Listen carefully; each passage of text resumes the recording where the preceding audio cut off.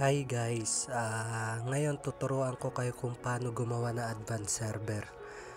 Sa TapTap kasi di na gumagana yung advanced server pagkakaalam ko. Ito yung normal server ko.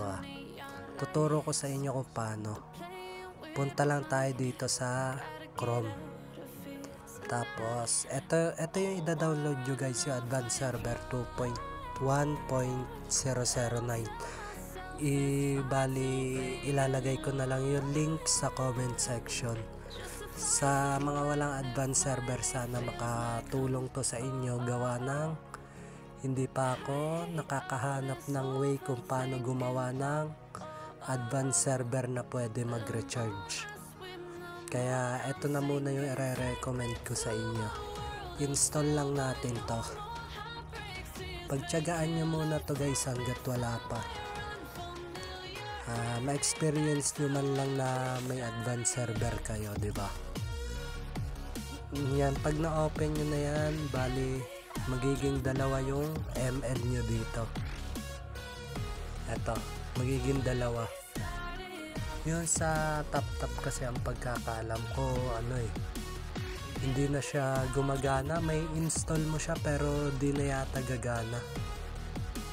Yun yung pagkakaalam ko. Pakitama yung sinabi ko kung mali ako. Pasensya na kayo sa boses ko kasi bago lang ako na content creator, tapos pa-subscribe na rin ako guys para ma-update ko kayo kung sakaling may way na kung paano gumawa talaga ng advanced server yung pwede kayo mag-recharge. Ito advanced server na to, dati ko pa tong advanced server.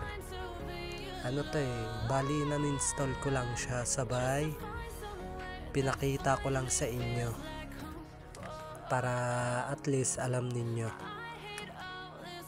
Yun lang guys yung may tuturo ko sa inyo.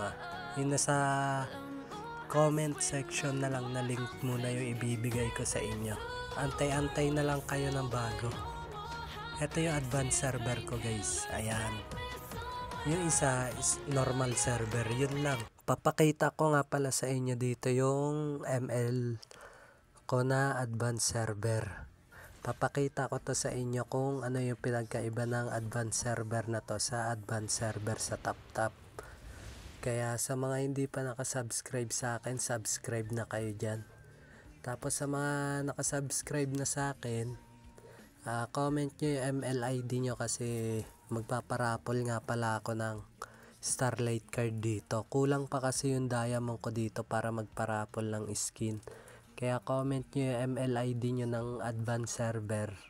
Baka mapili kayo. 3 nga pala yung kukunin ko dito guys, na mananalo ng Starlight card. Kaya sa mga hindi pa ka-subscribe dyan, subscribe na lang kayo. Tapos comment nyo lang yung ML ID nyo. Baka isa kayo sa mapili dito sa parapol ko. At yun lang guys, maraming salamat. Bye bye.